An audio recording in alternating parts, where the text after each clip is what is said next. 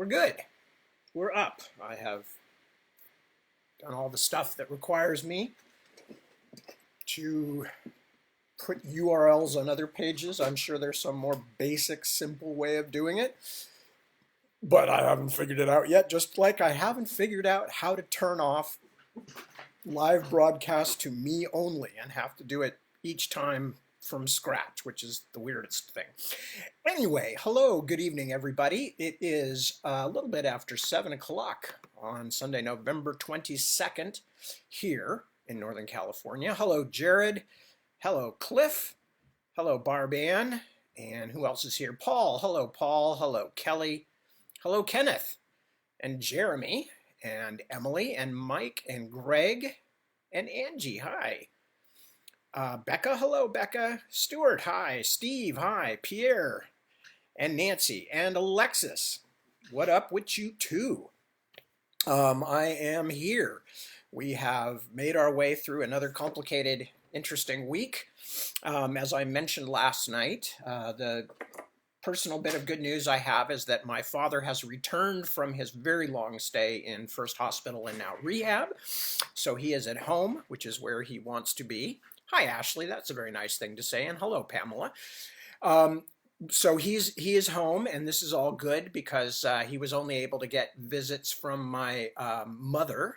And while he was in rehab, they had to like make appointments, and sometimes she'd get there, and just because they were overbooked or something, there wasn't anybody available to go in and get him. And because it's a COVID sensitive facility or whatever, I don't know. Anyway, it's complicated. So it's much better that he's at home.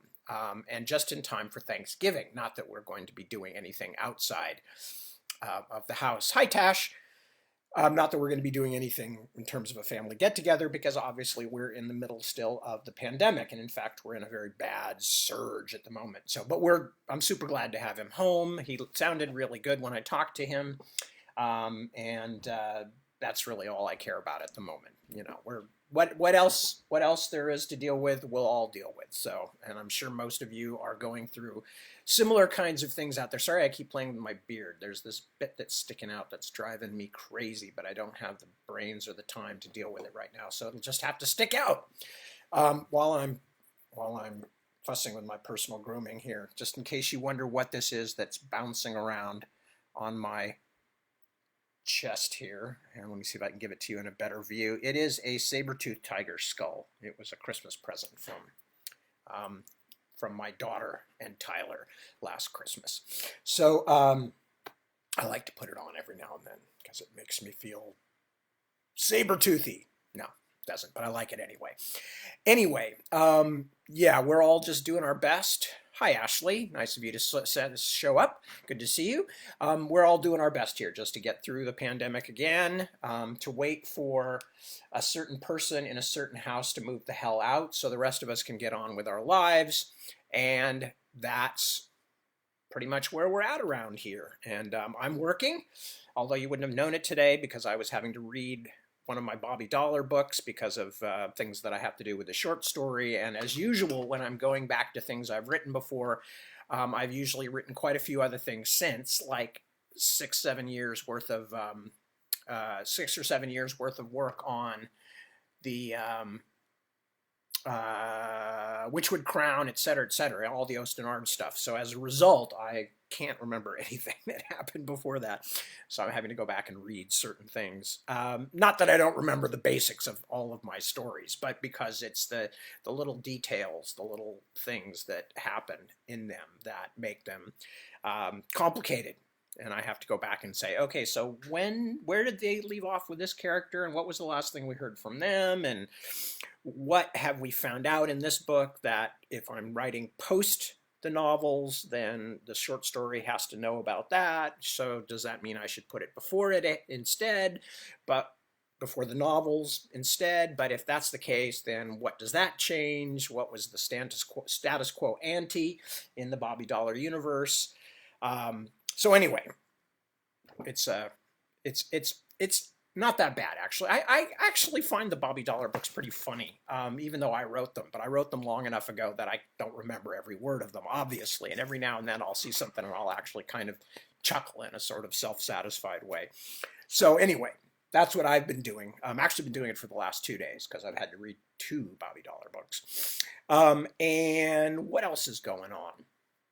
Just the usual around here. We're hunkered down. The dogs have new collars because our daughter was getting very worried about them not wearing collars and not wearing their tags in case they got out. Not that any of them have gotten out in years, but so we said, fine, go order some new collars and put the tags on them. So that's what she's done. So they're all to varying degrees dealing with their new collars. Johnny, the big dog, who always wears a collar, is kind of like, he's very about the whole thing, but he doesn't really mind. Whereas the two little dogs, who are not used to wearing collars, you'd think we'd strapped ox yokes onto them. They're like this, it's so heavy. And I'm like, no, it's not. You're just making that up. You're just looking for sympathy. And they're very good at looking for sympathy. Frank, the most badly behaved of all the dogs, once hurt himself, but walked it off. And then like half an hour later, Deb came over to talk to him. And he was just trotting around and stuff like that. And at first he was trotting around at her feet and, hoping she would throw him a treat or something like that. And then she said something in a like, oh, no, I don't have anything, in a sad tone of voice. And he immediately went, and held up the paw that he had hurt half an hour earlier, but had completely forgotten about until that moment. So they're pretty good with that. They're pretty good with that kind of thing. Anybody who doesn't understand that dogs have spent the 11,000 years or so they've been living next to us, building up ways to manipulate us, is very, very unaware of how evolution works and how quickly it's worked in dogs. I think I probably mentioned this before, but if I haven't, I will mention it again, which is that scientists have actually discovered that dogs have a muscle between their eyebrows that wolves do not have. Wolves, the ancestors of dogs, and not that far back, as I mentioned, 10,000 plus years, which is a blink in evolutionary time. Dogs have a muscle they've developed out of the tissue that wolves had there, but no muscle. And that is the muscle that makes them go, essentially, I'm almost on the point of death, but if you drop that pizza crust on the floor, I might survive another day to keep protecting your house. That muscle, the big, sad, doggy-eyed muscle. So that's something they've developed in just 10,000 years, which is pretty crazy. Ashley wants to know who grooms your dogs. At the moment, nobody but us. We're already having family arguments about what things are regarded as crucial. And as long as we have a hose and some doggy shampoo, or a sink in the case of the small dogs, and some doggy shampoo, I'm afraid we're not going to be having them groomed. But in the past, we had them groomed at a local pet store, especially when we had our dear poodle Oscar, who has long since shuffled off the mortal coil and has gone to where all good dogs go. So, which I'm not even sure where that would be, to be honest with you. Would human heaven and dog heaven, this seems like a Bobby Dollar question. Would human heaven and dog heaven be the same? Would they just have an overlap part, a sort of giant dog park, where human post-life and dog post-life would get together and romp? But no, I mean, some of us would really want to have dogs in heaven, if there was such a thing. So, I don't know. I'm sure it's a burning theological question for many people. But I'm not going to go any deeper into it right now, because that way madness lies, and I've already spent enough time treading along the crumbling thin edge of madness in the last year, especially. So what I'm going to do instead is read. For those of you who did not hear last night's reading, what I read was about Bobby, God, I'm completely lost now. Theo, the protagonist of War of the Flowers. Theo discovered that among his mom's effects was a key to a safe deposit box given to her by her uncle. Because I think he'd be Theo's great uncle. Her uncle, Eamon Dowd. And in that, he found a book that Eamon Dowd said was a work of fiction that he had been constructing, which seemed very autobiographical. But then there's a place where the character, who is Eamon Dowd, in the book that Theo is reading, found his way to a place just called the City. which is far away and on the other side of something called the Last Gate. And as he began writing more and more about that, Theo began to feel more and more like, this has gone in a very strange direction. So that's where we are. And Theo has also moved into a cabin up in the mountains. He's sold his mom's house, and he's been up in this cabin at this point, I guess, for a few weeks or whatever. Anyway, so the section that I'm reading starts with Theo's actually reading. So the voice you're hearing is actually written in a notebook, and it's Eamon Dowd, his long vanished, almost certainly dead great uncle. In some ways, the city's organization is unsurprising. The powerful families tend to draw their less powerful supporters close, so that a given neighborhood might belong almost exclusively to the adherents of the Starwort or Marigold clans, to name just two of the lesser high houses. These neighborhoods have become virtually self-sufficient towns within the greater city, centered around the towers of the leading families. In a way, I suppose, it is a bit like Florence of the Quattrocento, where nearly everyone found his or her allegiance with one of the leading family tribes, the Pazzi, Albizzi, or Medici. New Erewhon, that's Eamon Dowd's name for the city, not its actual name. New Erewhon is by its very nature a dangerous place for a mortal, but oddly, I was able to find a niche for myself. The citizens are surprisingly tolerant, perhaps because they are themselves so various in form and constitution, although the leading families seem to have almost completely adopted the appearance of human beings, assuming that I have the process right way round. Mortals have always found their way to that place, either by themselves or as fairy pets, but travel between there and here has become much less frequent in recent years, almost non-existent. So I was treated as a bit of welcome rarity, even invited to the homes of many of the leading families. When I was not a guest of the flower houses themselves, I found it possible to make a living in another, unusual way. Because of the present rarity of mortal visitors, and the infrequency of fairy folk traveling to our world, things that once were in common supply within the city and its environs are now very hard to find. Tears, for instance. Since although the fairy folk themselves do cry occasionally, they find the tears of a human being far more useful in many of their preparations, including those that we would think magical, although everything else in that place is magical just by dint of where it takes place. In fact, when I learned about this specialty trade, I found myself regretting for the first time in my adult life that I was not a woman and, especially, not a virgin, because the tears and other excreta, hair, even the fingernails and dried skin of a mortal maiden fetch a very high price all over New Erewhon, either in barter or in fairy gold. Still, I did well enough. With the whiskers I trimmed from my beard and the tears I was able to wring from my eyes with the aid of onions, obtained at the weekly market in Fernwater Row, I managed to secure myself a small but pleasant dwelling on a carefully chosen neutral ground in a neighborhood near New Mound House, which is the site of the fairies' parliament, and has long been a kind of sacred place, secure from the contendings of even the most rebellious houses. Later, I moved to a larger place in the forenoon district, but I often missed the bustle of the city center. I mentioned that the leading families all closely resemble human beings, although a man would have to be almost deaf and blind to mistake them for real humans.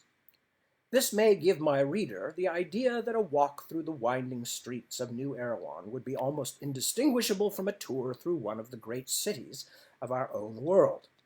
I will take a moment here to tell you why that is not the case. First, the flower families, with their semblance of humanity, are but a small part of the population.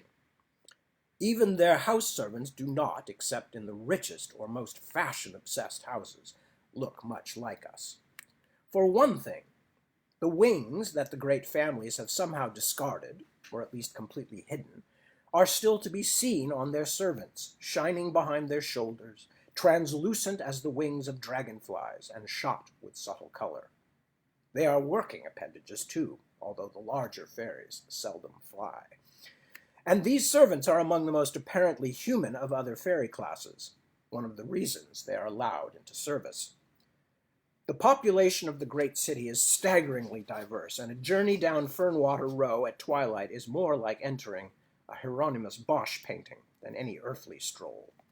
On every side, tiny sprites, boggarts, pukas, elegant wisp maidens, even beetling goblins jostle one another, argue, shout their wares, and conduct the first steps of the dance of romantic attraction. And these are but a few out of hundreds of types, thousands of strange sights. Every time I believed I had seen the strangest, I was almost instantly proved wrong. A single anecdote will illustrate this supremely well. I was on my way back from a moon brandy party in the fortress house of the Stock clan, where I had been the guest of one of the young women of the family who had introduced herself to me on a dare from some of her friends. Moon brandy is a distillate of dew, taken at a certain phase of the moon, and, from what I can remember, is highly potent, creating a surplus of both amusement and lust in even the most staid creature. Here I might note that the sun and moon, as far as I could ever be certain, are the same sun and moon that climb above our mortal world, although, as with everything else beyond the last gate, they seem more potent in that place, more present and more magical, especially the moon. Whether they truly are the same celestial orbs that mortals see, now reduced in our present day to a giant gas furnace in the one case, and in the other a cold round stone, where men in divers costumes may swing golf clubs and erect stiffened American flags, I cannot say. I am not sure I want to know. In the city I call New Erewhon, and in all of fairy, sun and moon are what we humans so long thought them, the heavenly brother and sister who watch over us. In any case, I was on my way home from Stockhouse, by way of Weaver's Row, a place that seems perpetually under cloud, although that might merely be caused by the shadows of the much taller buildings that surround it. In any case, the darkness is healthful for the spiders in their strange artificial forests, where they spin and spin so that the city's gentry may have this most elegant of silks for their clothing. As I lingered for a moment to look in the illuminated front window of one of the shops, I was surprised by a cry from behind me and turned to seeing young Keratinus Primrose staggering toward me. He was generally a serious young fellow, as befitted the importance of his family, which was one of the 7. But at that moment he was clearly suffering from the effects of moon brandy. 2 saucer-eyed kobolds were propping him up, one at each elbow. The squat little creatures seemed a bit worse for drinks themselves, but evidently had a greater capacity than the youthful laird of Primrose House, who was having trouble explaining to me where he was going and why he so wanted me to go with him, because he kept interrupting himself with snatches of song. Something went snap outside the window. Theo flinched and turned to look out. Something dark was just disappearing around the corner of the cabin. The haunch of a deer, he was almost certain. He turned back to the book, but his concentration was broken. He leafed ahead a page or two. In his wordy, roundabout style, Great Uncle Aemon appeared to be working his way up to some kind of brothel scene, which might be interesting. But Theo had been reading for an hour already, and he was feeling restless. He put the book down, not just out of impatience with his great uncle's old-fashioned prose, but also because the tale, however fantastical, had given him a sudden pang of dissatisfaction with his own situation. I'm obviously not going to make it to Fairyland, but think of all the other places he saw, real places. China, Africa. I've got some money now. I could really do something. But here I am, sitting by myself in a little cabin, 20 miles from where I was born. He took his helmet off the chair by the door and headed out for a ride. Battered by wind, buoyed somewhat by the 2 beers he had drunk in a roadside tavern down near the bottom of the hills, and also by a conversation with the bartender about the man's boat and the problems he was having with it, It hadn't been particularly interesting, but at least he had been talking to a live human being, something he hadn't been doing much in the last few days. Theo low-geared up the steep driveway and found an unfamiliar car parked in front of the cabin. For a moment he thought that it might be Johnny come to visit in some borrowed ride, but the dark-haired man in a short-sleeved blue shirt and a tie was a stranger. He looked to be in his 40s and also like he might spend regular time at the gym. "Are you Theo Vilmos?" Theo nodded. "Can I help you?" "Maybe so. I'd like to ask you a few questions anyway." He pulled out his wallet and displayed a badge, a gesture so familiar from television and movies that for a long second Theo did not entirely take it in. "I'm Detective Kohler from the San Francisco Police Department. Do you have a minute?" "Sure." The 2 beers suddenly felt like more. He hoped he was standing up straight. Come on in. You're a little out of your way, aren't you?" "Didn't mind the ride. I have books on tape in the car." The police detective said it lightly, but he was watching Theo's face as the motorcycle helmet came off. Theo had a brief moment of paranoia as he led the man inside, wondering if that eighth of an ounce of weed Johnny had given him the last time at his mother's house was out in plain view somewhere. He had run across it the other day, unpacking. "Come on," he told himself. "Don't be stupid. I'm a solid citizen now. I've got $200,000 in the bank. Nobody's going to send some plainclothes guy all the way up here to look for a little dope." What the hell was this about? "Can I offer you anything? I'd say a beer, but you guys can't drink on duty, right? That's what they always say on TV, but maybe that's bullshit too, like most of the other stuff on TV." He felt himself flush a little. He was babbling. "But I think I have a Coke or something. Coca-Cola?" He moved his Gibson acoustic off one of the chairs and into its case. "Please, sit down." The man shook his head. His smile didn't quite seem genuine. "No thanks. I won't keep you long. Looks like you're pretty well moved in. How long have you been here?" The cramp of paranoia returned. Why did this guy know anything about him? "About 3 weeks." "Well, if you're sure you don't want anything to drink, bear with me. I'll make this as quick as possible. Just out of curiosity, Mr. Vilmos, where were you the night before last?" Theo went through a moment of panic. Where had he been? Before remembering. I drove down to the coast for the evening. Wandered around on Pacific Avenue in Santa Cruz. Had some dinner. I thought about seeing a movie, but I was tired." He had a sudden idea, pulled out his wallet. "I think I've probably got the receipt in here." He found it, a yellow credit card slip for an upscale diner called Jimmy Brazil, and handed it to the cop, who surveyed it briefly. "What's this about?" "What time did you get home?" Theo shrugged. "Not sure. Probably sometime between 11 and 12. Nobody saw me come in, if that's what you're asking." He tried a casual laugh, wondering how he could feel so guilty with nothing concrete to feel guilty about. "You can see that it's a little tough around here to know what your neighbors are doing." The policeman nodded slowly, as if what Theo was saying had answered a question he had nursed for a long time. "I see." "Look, I know you're just doing your job, but this is kind of freaking me out a little. Did someone get robbed around here or something?" Detective Kohler held his eye for a long time. He had the sharp, unhurried gaze and thin mouth of an Old West gunslinger. The shirt and cheap slacks began to seem like a disguise. "How well do you know Dennis and Stephanie Marsh?" Theo shook his head. "Sorry, can't help you." "Who?" "They bought your mother's house." "Oh, Jesus, them. The name didn't ring a bell. How well do I know them?" "Not at all, really." He tried to remember if he'd ever actually seen them. It would have had to have been at one of the viewings at the house. All the sale papers had been signed at various real estate and title company offices, and buyers and seller had never been in at the same time. "Are they... Is she kind of tall?" He vaguely remembered a woman with dark hair and long legs, the skirt on her business suit surprisingly short. If that was the right couple, he had thought Stephanie Marsh was a bit sexy, but he couldn't remember her husband at all. "You didn't meet them?" Only if I was there when they came to see the house. The real estate agents took care of everything. I wasn't real sentimental about the house.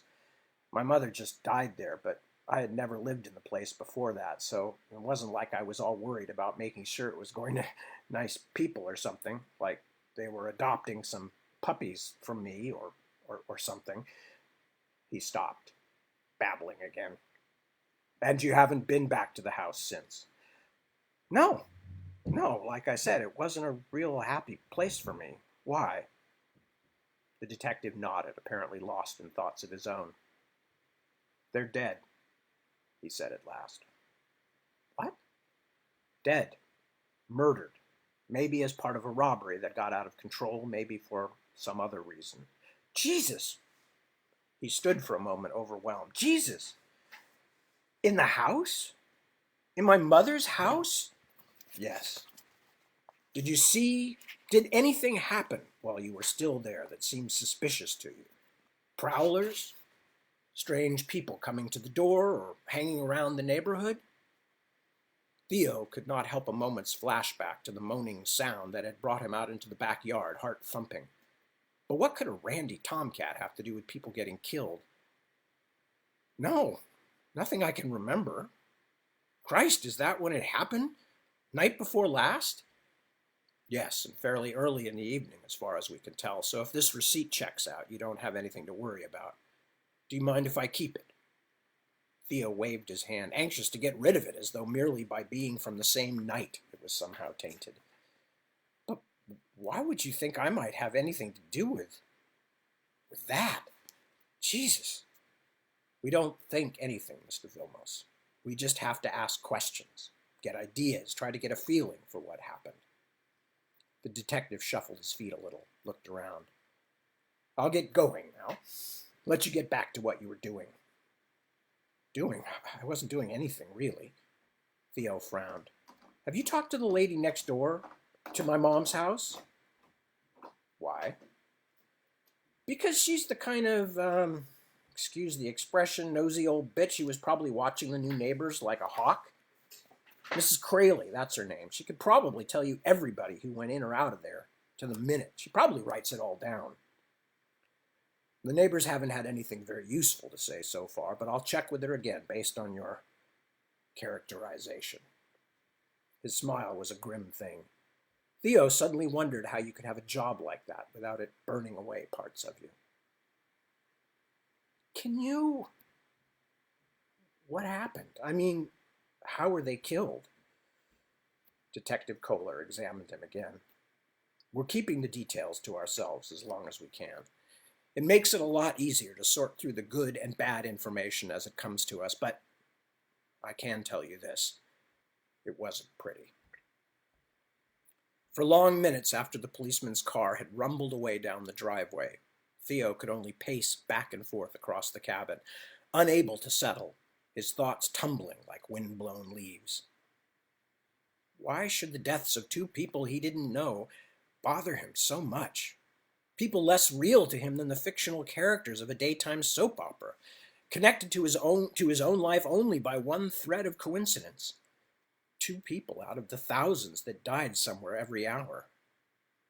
Why should these two distant deaths, however awful, give him such a feeling of morbid, fearful helplessness? Was it something to do with his mother's death? With his own lost, miserable hours in the house? Whatever it was, he didn't like it. That didn't make it go away. Chapter 8. Runaway Capacitor. Findus Dogwood always thought of himself as a decent chap, unlike some of the other supervisors. That Barbary, just to name one, was sour as curdled milk. So when he was told that one of the capacitors from the day shift was feeling poorly and wouldn't work, he didn't send Saltgrass or one of the other foremen to beat the slacker out of the dormitory and onto the line, but put down his cup of saxifrage tea and went to see for himself. He walked across the station briskly, just as if Lord Thornapple himself were sitting in the big main office looking down at him. It was actually possible he could be, although it would be the first time in several years the owner had made an appearance on the premises. Owless Thornapple was one of the most important people in all Fairy, after all. "What's the problem's name?" Dogwood asked Snowbell, the wizened block captain. The old fellow, who had long since given up on a promotion to management, but still harbored hopes of a little something better in the way of his eventual pension, bobbed his woolly white head up and down. "Kind of you to ask, Mr. Dogwood, very kind. Nettle, Streety is what the boy's called." "Metal Comet's greedy? What sort of name is that? Is he a goblin or some such?" Snowbell's rheumy eyes grew wide. "No, sir. Sorry, sir. His name is Streety Nettle, out of some farming village in Hazel." "What's wrong with him?" "Couldn't say, sir." Snowbell managed to make it clear that he didn't think anything much was wrong with the shirker at all. He didn't sleep well. His bunkmates say he moaned and groaned all through the night. Then he didn't get up for breakfast. Snowbell sucked one of his remaining teeth. He was a Nourisk. Like many cold climate families, he had aged rapidly in the warmth of the city and looked 2 or 3 centuries older than he actually was. Lovely bit of porridge it was, too. Fool boy. Dogwood nodded. Yes, I see. Well, then you can go join your line. He couldn't for the life of him remember the old Urisk's name, so he substituted a quick, insincere compliment, which always seemed to work. "Good job, by the way.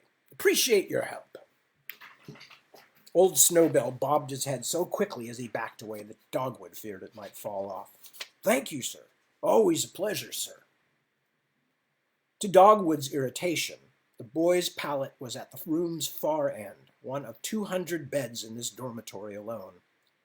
The pallets lay lengthwise on the floor, all across the barn-like dormitory, like a mouth too full of teeth. "Here now, young fellow." Dogwood tried to put a comforting, cheery tone in his voice as he crossed the vast echoing room. That kind of thing always made the little chaps feel better. Perhaps the fellow was just homesick. Nettle, a farm country name, common as mustard. There must be 100 working in the station. His first surprise was that this Nettle was not in the least a little chap. The youth stretched out on the pallet was so slender his knees seemed wider than the rest of his legs, but he was also quite startlingly tall. Dogwood's second surprise was the look of something like pure fear in the pale boy's eyes. "I hear you're feeling a bit under the weather this morning, eh?"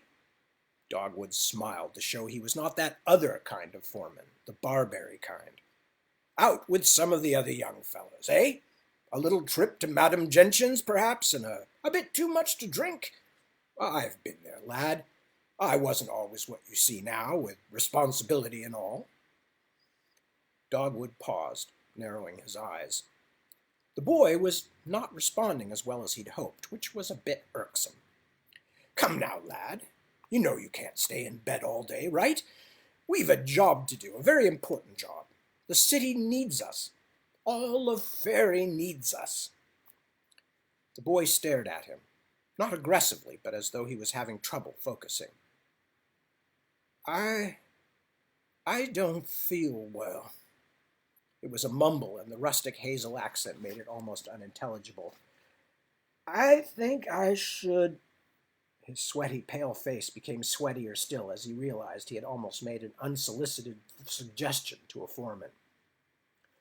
"You'd be surprised how much better you'll feel if you just get up and do your job, lad. What are you, bulk storage? Is this the storage dormitory?" The vast sleeping rooms all looked just the same, after all, which was as it should be. Wouldn't do to have rivalries inside the machinery. "Capacitor, sir." A whisper. The boy really was extraordinarily pale, but some of the outland fellows were like that. There were other forests beside the ancient one that surrounded the city, and in which this power plant nested, and some of the country lads hadn't ever been out of the trees and into the sun properly before they came to town. "Ah, a capacitor! So you're a bit of a specialist, eh?" Finda's Dogwood laughed encouragingly at his own joke, but the boy was too dense or distracted to join in. Dogwood frowned. Come now. You don't want to let your mates down, do you? If we're short a capacitor, there'll just be that much more work for the others. The boy groaned. But truly, I'm sorry, sir, but... Here, do you know how much time I've spent with you already, son? Supervisor Dogwood leaned close. It was time to show the boy a bit of hardwood. A capacitor? There are others out there who'd spin sunwise twice and widdershins thrice to have your job, you know, and you'd still have to work off your indenture on the power line. Or perhaps you'd rather wind up laboring in Lord Thornapple's sewage filtration plant instead. The boy actually sat up, although he had to struggle to do so. For the first time, his oversized wings uncurled behind him. They were big as sails. Dogwood looked away. No wonder his parents had been in a hurry to get rid of him. But that's a nixie job, sir. The young fellow began to protest, but a cough interrupted him. It continued for some time. You'd be surprised, Myrtle. He hesitated. The name didn't sound quite right, but the boy was still wheezing and hadn't heard him. You'd be surprised what kind of work can be found for someone who's failed at a perfectly good position, like this one. It was time to give him another flick of the thorns. A boy like this could go one way or the other, and Dogwood prided himself on having saved a number of young fellows from their own worst instincts. Or what kind of treatment someone earns when they try to back out on their indenture. I'm going to head back to my office now. When I get there, I expect to get a call from your foreman telling me that you're on the line. You tell him I said so, and if I don't, well, there are even worse places than the filtration plant, Myrtle. Lord Thornapple's quicksilver mines get a bit close, I'm told. Not the best place for someone with a cough like that. He turned and strode out of the room with back straight and head high, as always. As he expected, the foreman called him soon after he returned, saying the boy had staggered out to take his place on the line. Findus Dogwood enjoyed a quiet moment's pleasure at this further proof that his velvet glove had again proved more efficacious than the old-fashioned, heavy-handed approach. He had just started sketching out the short article on friendly discipline he had decided to write for the Darkwood Generation LPB Management newsletter when he got another call from the same foreman. Then the lights went out. Foxfire lanterns had been kindled everywhere, but they cast only a thin light and smelled like rotting wood, which didn't improve Dogwood's temper. He had begged upper management for the newer, cleaner emergency witch lights, but had they done anything about it? Without the huge overhead lighting fixtures, the floor of the station looked like a will-o'-the-wisp's midsummer dance. In the flickering near darkness, Dogwood barked his knee on a wiring stool that someone had left in the middle of an aisle, and by the time he reached the site of the accident, he was in an even fouler state of mind, if such a thing were possible. "Why haven't we gone to backup power?" he shouted. "Why are all these workers standing about?" We'll be back online in a moment, sir." Saltgrass turned and slapped a resistor, who was standing over the body with wide eyes and gaping mouth. "Get out of here, you. Back to your group. We don't feed you and house you so you can stand around gawking." The other line workers began to drift now back to their own spots, some shaking their heads. Certainly they were certain that they were all in some absurd way holding him responsible. Dogwood did his best not to let it bother him. "What happened?" "Hard to say, sir."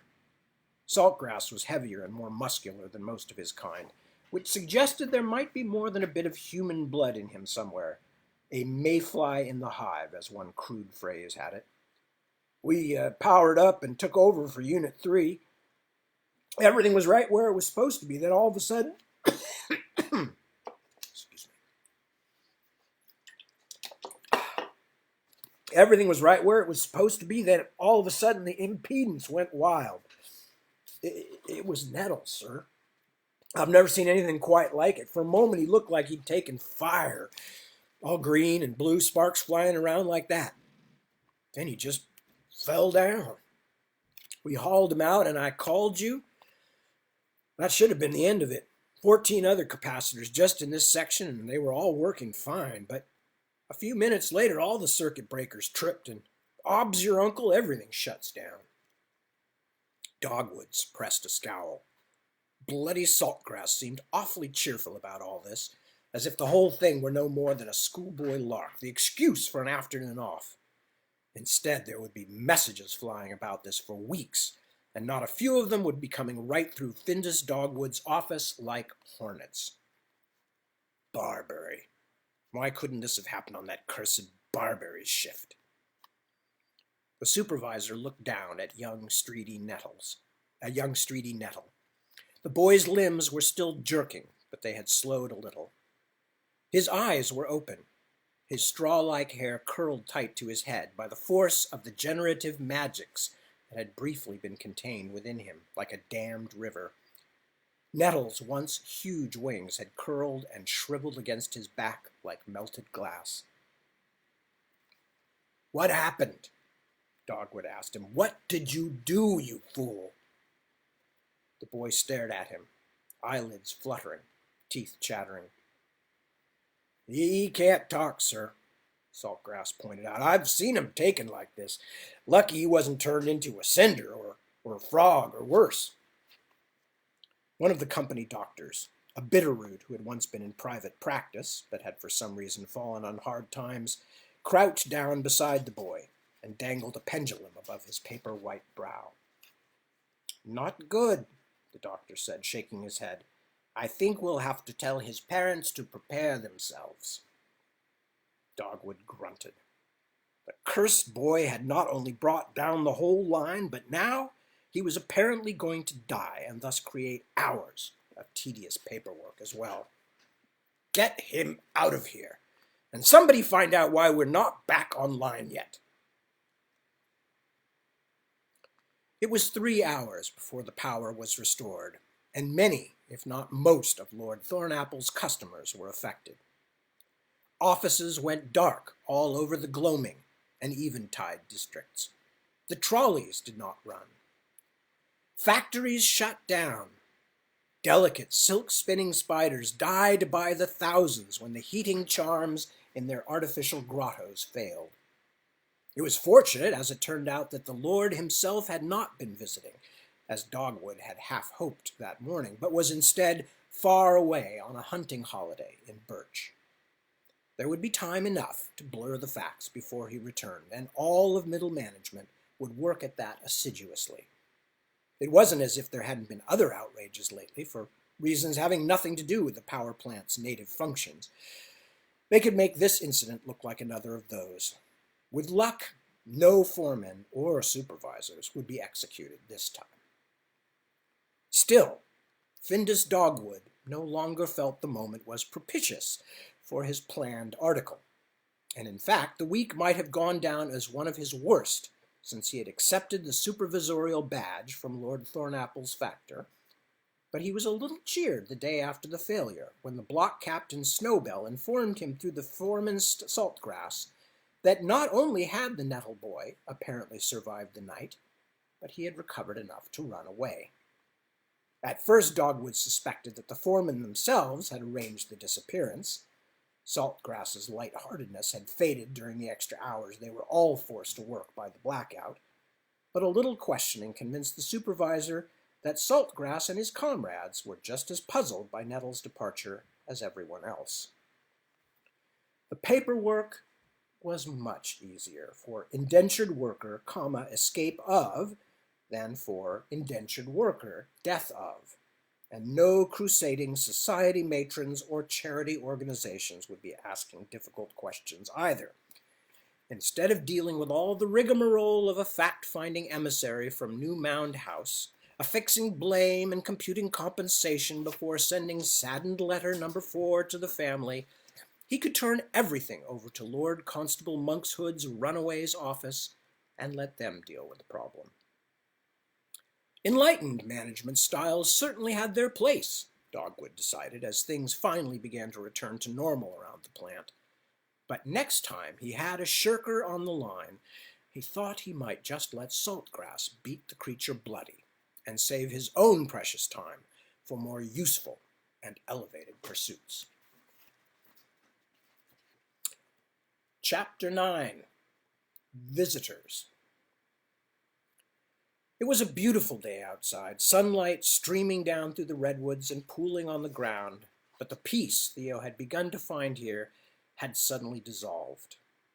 He had awakened several times in the silent mountain night, once from the now familiar dream of being a helpless prisoner in his own body, another time from an equally terrible dream of being chased across a muddy sea floor by some relentless thing like a huge lamprey, all idiot mouth and muscular tail. His sheets and underwear had been so sweat-soaked that for a shameful moment he thought the nightmare had made him piss himself. Now, as he nursed a cup of coffee in the overgrown front yard, sitting in the weathered wooden folding chair he had found in his mother's garage, which now served as his de facto porch, Theo still felt exposed, almost hunted. The deaths in his mother's house had somehow corrupted everything. He had planned to spend the day working on some songs, playing the guitar, but that didn't seem even slightly appealing now. He had to get out. That was all there was to it. He had been wanting to go down to the flats and use the library, look some things up. That would certainly be better than sitting by himself all day, jumping at noises. He found his wallet and keys, then pulled on his leather jacket and checked to make sure the windows were latched. As he stood in the doorway, something seemed to flare just above the sink, a tiny point of light, like a miniature nova. Theo stared, but it was already gone. He walked back into the cabin to make sure there wasn't an electrical fire starting, but all seemed normal. Light coming through the glass and bouncing off the faucet or something. Like what those pilots used to see and thought were UFOs. Sundog? That's what it's called, right? He shook his head and climbed onto his motorcycle. It took a couple of kicks to get the cold engine to rattle into life. At the bottom of Mariposa, just before turning onto the main road, he saw something move in the undergrowth. Not the velvet brown of a deer, but something green, like a military duffel coat. He slowed a little, but was already past it. When he looked back, he couldn't see anything except branches and dappled light. A hunter? But they wear orange, don't they? In any case, he didn't imagine that you were allowed to hunt around here. Not legally. Maybe it was some kind of paramilitary weirdo, some anti-tax crusader, stalking the hills in his fantasy uniform. There might even be a whole platoon of them in the area, out on maneuvers. The Santa Cruz Mountains were home to all kinds of odd sorts. Folks who had come up in the 70s to take a lot of acid and live with nature and had never found their way back down. Folks who just didn't like cities, not to mention people who had scarily legitimate reasons not to be too high profile. Who could say? There were probably several generations of different kinds of weirdo living up here by now. Come on, man. All this because you saw what? Some green in the middle of the forest? You're losing it, baby. He was lonely, he realized. There were more problems with solitude than just being horny and bored. If you didn't have anyone to talk to for days on end, you didn't have anyone to let you know whether you were going nuts or not. The woman working behind the reference counter was pretty in a quiet, glasses-on-a-cord kind of way. She smiled at his nervous jokes while she showed him where the back issues of the Chronicle were and how to work the microfiche machine. It was all he could do not to ask her out on the spot. Why not try it, he thought. The worst she can say is no. But it seemed for some reason as though it would be very difficult to be turned down today. Maybe he could come back later in the week. Let her see that he was a quiet, serious sort of guy. Then ask her. Still, he felt better just for being interested, for having something like that to think about. He wanted to do some research on his great-uncle, but found himself drawn first to the murders at his mother's house. It wasn't hard to find information in the San Francisco Chronicle, since it was a scary and so far inexplicable murder in a quiet neighborhood. It had even made the front page the first day, although only a couple of paragraphs actually showed up below the fold, with most of the article buried deep in the front section. The pictures of the unfortunate Marsh couple jogged his memory. They were younger than he had remembered, in their late 20s. She had been the pretty one with the short skirt, and now he remembered her husband, too, although the man hadn't said much, had mostly checked messages on his cell phone while the agent led them around. In fact, the only thing he really remembered anyone saying was the real estate agent talking about what a lovely starter house it would be. And apparently they had agreed, since he had their money in the bank right now. Starter house. Ending house. He pushed away the unpleasant thought, suddenly struck by something else. Was there some way the deal could be rescinded by their parents or something? Who would own it now? They couldn't make him pay the money back, could they? It was a petty thought, perhaps, but the $200,000 wasn't petty to him, and it was already less than that because he'd put down the first and last on the cabin, not to mention other living expenses. Nothing he could do now. Maybe he'd call the real estate company later, check with them. The articles talked a lot about what the neighbors thought. Mrs. Crayley was even quoted as saying, "This neighborhood is going downhill. You just don't know what kind of people are around," which Theo took with a sort of sour pride as referring almost as much to himself as to the actual murderers. Of the killings themselves, very little was said, except that they were characterized as brutal and senseless. Mrs. Crayley, with a keen eye for what was really important, also complained that the murderer had apparently thrown garbage all over the lawn and front porch. The police had not offered any possible motive beyond robbery, but it didn't say in the article if anything had been stolen. The newspapers had nothing more to offer, and Theo was beginning to feel like a bit of a ghoul. He moved over to the microfiche machine and decided he might as well see if they had found anything about his great-uncle. He found 2 newspaper articles, which was more success than he'd really expected.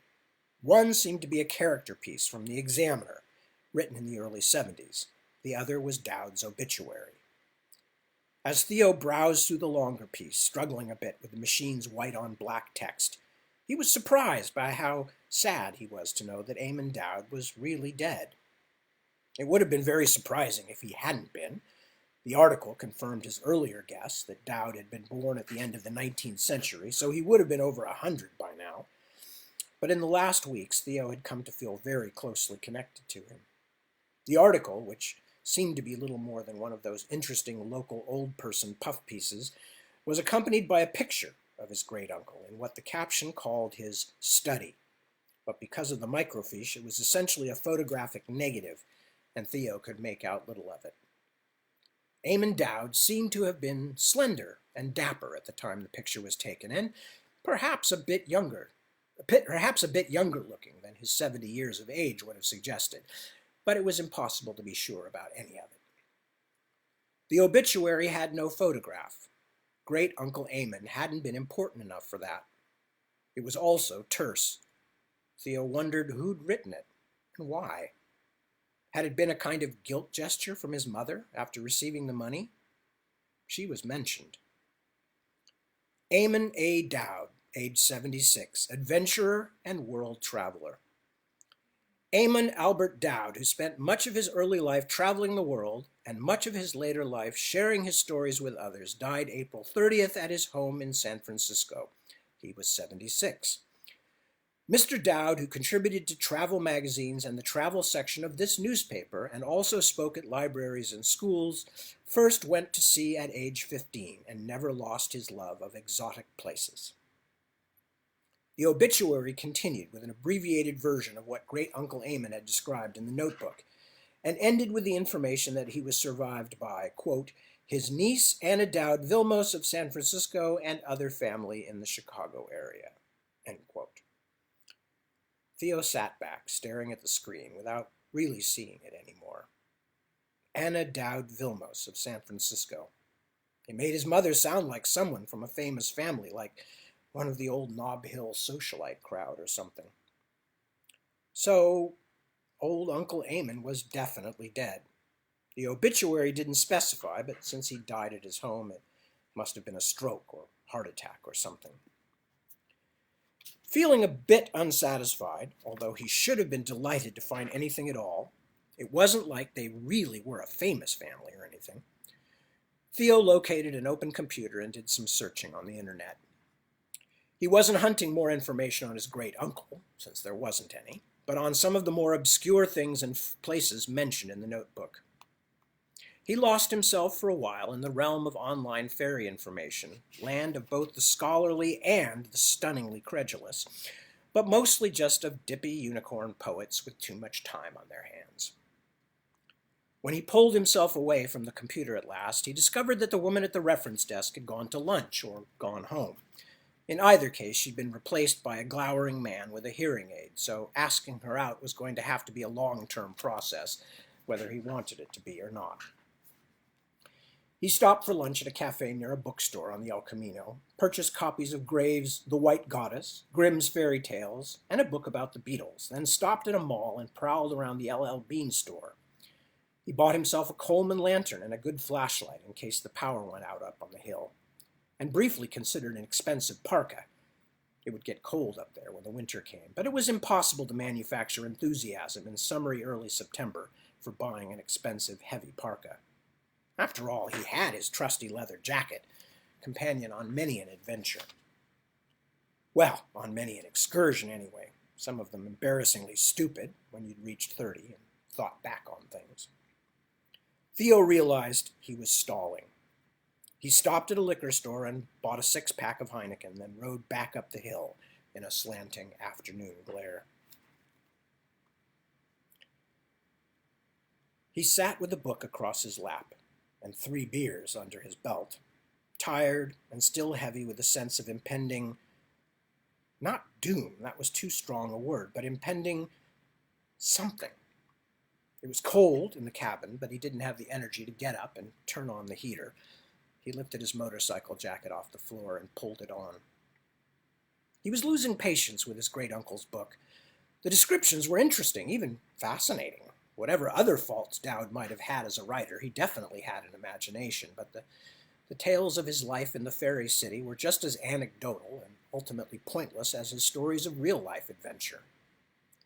The book was a strange and probably hopelessly uncommercial mixture of fantasy without adventure, not real adventure anyway, the kind the Dungeons and Dragons kids wanted, an authoritative traveler's guide to a place no one could ever actually visit.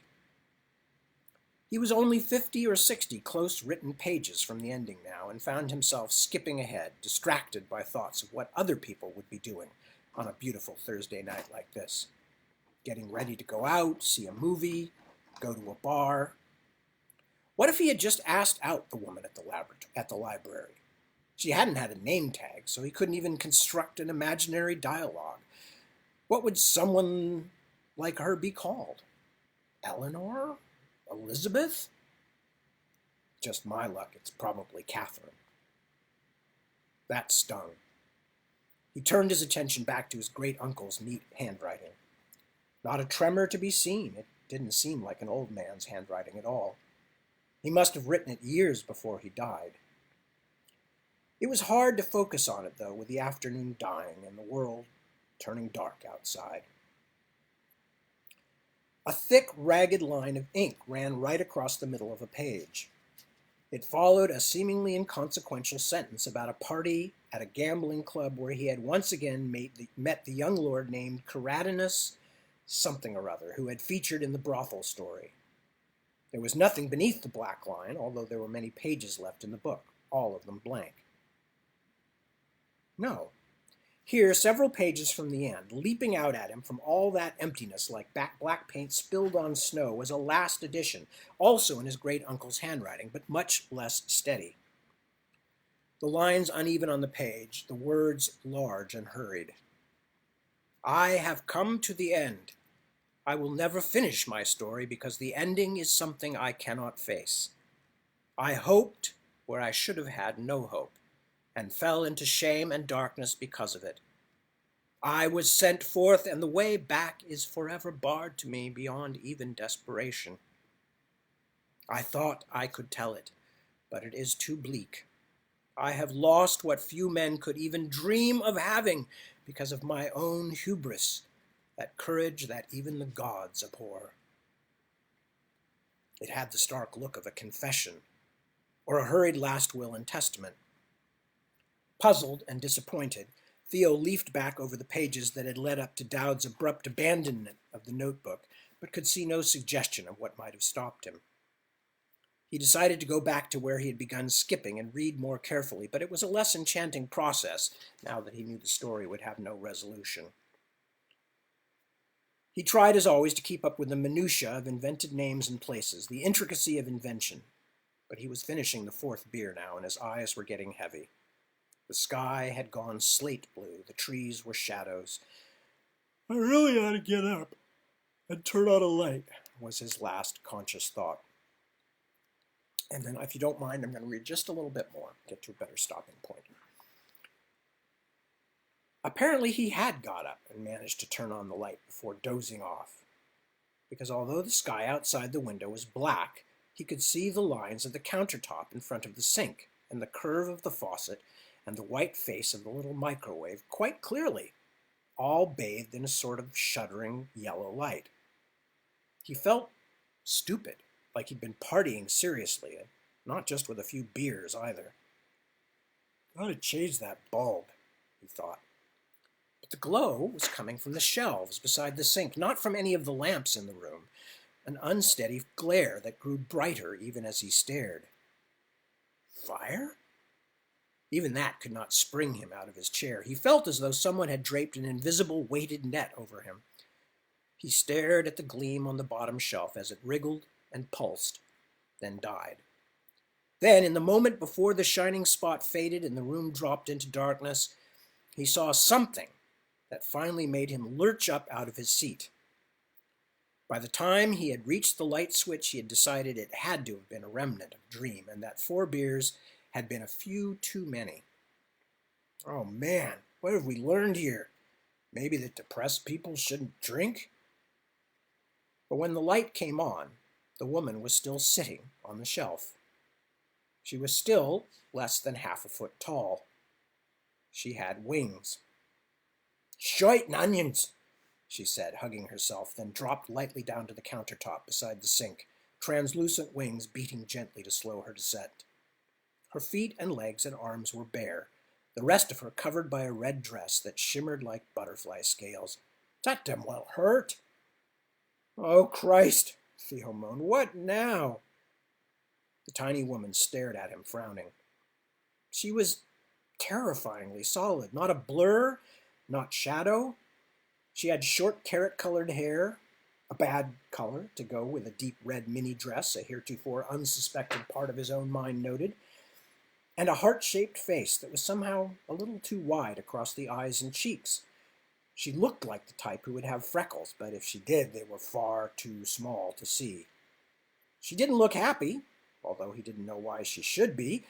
He wasn't all that happy himself. "This is a dream, isn't it?"